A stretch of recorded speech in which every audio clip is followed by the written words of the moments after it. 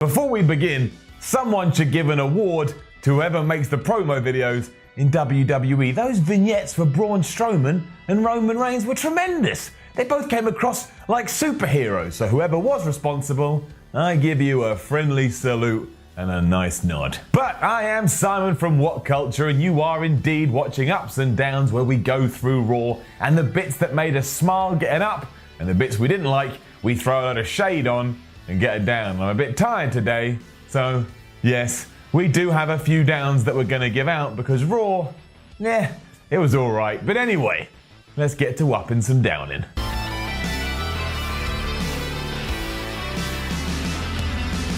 Imagine this. You love wrestling. You're well into wrestling, but your best mate isn't. So you sit them down, you go, listen, best mate, just come round my house, we'll watch Raw together, and we can get into it, and it can be a special thing that we do together.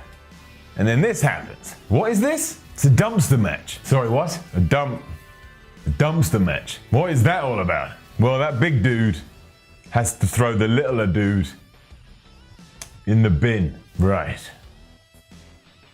I'm gonna go home. You know what? I can understand all that, but I loved it, so screw it, it's getting up. I mostly enjoyed it because it was actually well booked. Before the match, Kalisto actually gave us a good reason as to why he wanted it in the first place, and regained some credibility in the process, and the fact that he won, even if he did win by fluke, was better still. It's not like this hurt Braun, like it's a loss that's gonna taint his record, and it gave him a reason to go absolutely nuts, throw Kalisto in the dumpster, push it all the way up the ramp, and then throw it off the ramp. I like that Roman was kept off TV this week as well, and when he does turn up at the pay-per-view, he better be well battered and he better be well bruised. Also, he better lose. Braun Strowman is the man right now. He's the man. You're focusing on him, so focus on him and make sure he wins. But overall, that was a lot of fun. Rewinding to the start of the show though, we did have Y2J, Chris Jericho, The Miz and Dean Ambrose all arguing and all bickering with each other.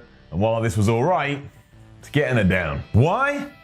Because I'm totally bored of talk show segments in the modern day. Apparently in 2017, we're not allowed managers because they're considered out of date, even though I don't think that is true. But if that is the thinking of people backstage, then talk shows should definitely go. I am done with the Miz TV and the highlight reel. They always follow the same format and they never add anything. You could have done the same opening segment without all that hoopla and it would have been no different.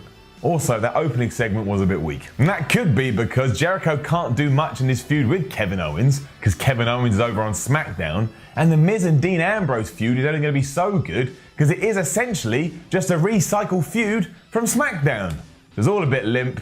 I mean, it was alright, it was fine, but it's the start of the show. And that all led to a tag team match at the end of Raw as well. You know what?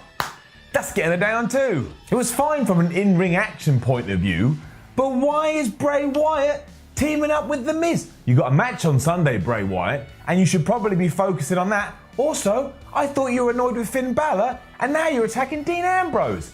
This doesn't make any sense. Plus, the Bray Wyatt promo earlier in the night was the same old nonsense that now means nothing and doesn't go anywhere. He needs to come up with something different. I know it's not his fault. I know he's been told to, hey, go stand in that room with all the crazy, scary smoke and cut a crazy, scary promo.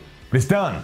It's over. Move on. It was good that Raw ended with Bray Wyatt standing tall, but we all know once the pay-per-view's out of the way, we'll go back to the same old shtick where Wyatt says a lot of stuff, but nothing ever really changes. It's all good though, because Matt Hardy was on Raw, and Matt Hardy is the most entertaining thing in all of professional wrestling, so that gets enough. This halfway house between a Hardy boy and Broken Matt is just hilarious. It makes me laugh. I'm excited to see where it goes, and right now, he's just awesome, but he's always been awesome. For the last 2 years, now he's just been awesome on a bigger stage. I was surprised that he beat Sheamus after last week Jeff Hardy beat Cesaro, but that has actually got me intrigued for the tag match at the pay-per-view, because I'm like, does that mean Sheamus and Cesaro are actually going to win? And we're going to take the belts off the Hardys already? Or is this building to some kind of Sheamus and Cesaro heel turn? They did the thing at the end where it was like all sportsmen, but you know, something felt a bit off. So I'm intrigued. So I guess it worked. Main thing is, I dug all this, and I'm excited. 2 thumbs up. The cruiserweight stuff last night, however, felt really low. That's a down. I love Austin Aries and I love Neville, plus TJ Perkins and Jack Gallagher gave a good account of themselves. But I'm so tired of being hit over the head with, it's cruiserweight time. Hey, this is no longer Raw, it's cruiserweight. Whoop-de-doo, purple rotes, cruiserweight, cruiserweight. Hey man, did you know you're watching cruiserweights right now? Oi guy, come over here, it's the cruiserweights. I get it.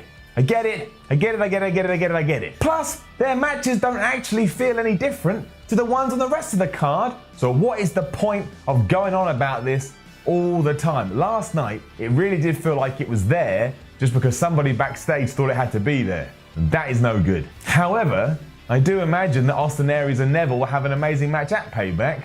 They'll probably be alright in the long run. Dana Brooke tried really hard on Raw. You could see the effort. It was all etched over on her face. She was trying really hard, and she beat Alicia Fox because she tried really hard.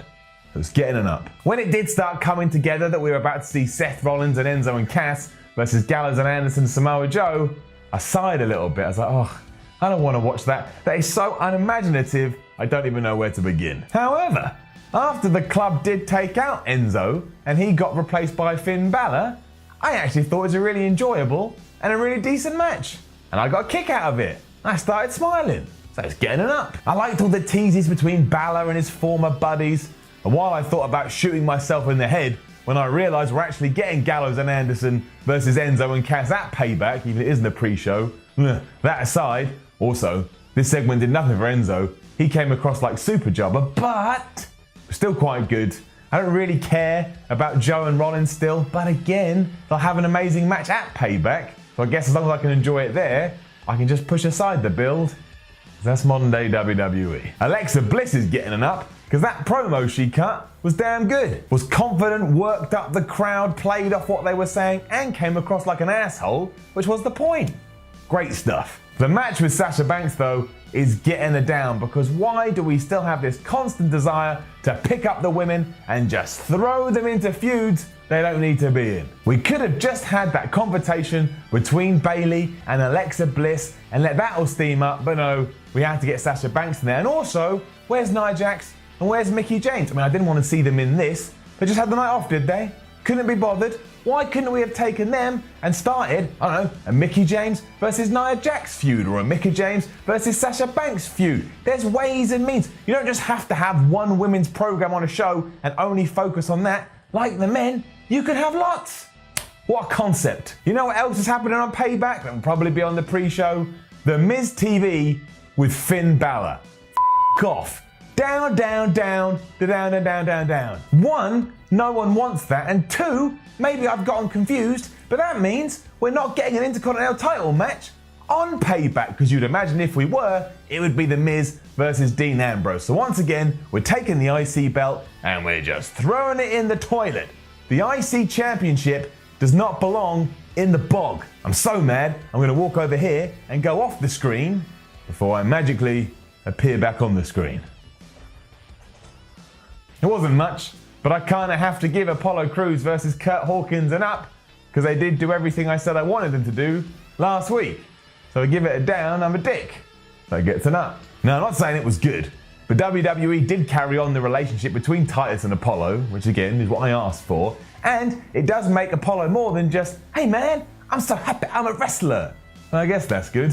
See what happens. So a House of Horrors match is going to start somewhere else, but it will eventually end up in the ring. Corey Graves told us that last night on Raw, but we know nothing else. 6 days away from the pay-per-view, and that's all we know. That's a down. Admittedly, we could find out more on SmackDown, but nobody on Raw told me that, so you didn't give me a reason to tune into SmackDown. If that is your plan, say, hey guys, why don't you tune into SmackDown tomorrow night, where you'll find out exactly what House of Horrors match is. But no, didn't get that. Ridiculous. And that was the Raw before Payback. It was fine, it was alright, but for a go-home show, could have been a little better, and honestly, I only care about 2 matches, I think, which is Reigns versus Strowman and the Hardy Boys versus Sheamus and Cesaro.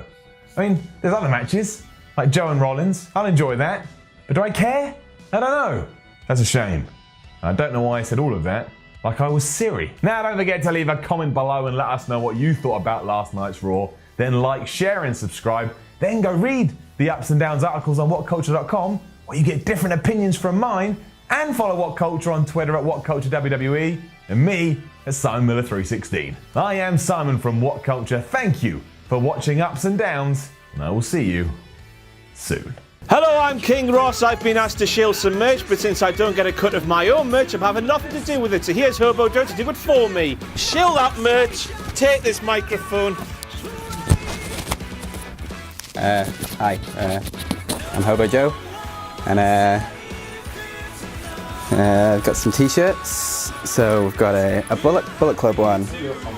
It's Bullet Club, and the young butts, nice and colourful there. You can get these signed at WCPW shows by all of your favourite wrestlers, and me, but you probably don't want that. That one now. Oh, this one. That's the Prestige. The World Cup for our lovely World Cup. What else? We've got Cody Rhodes. And the last one.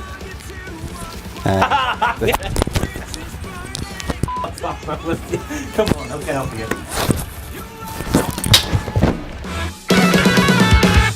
No!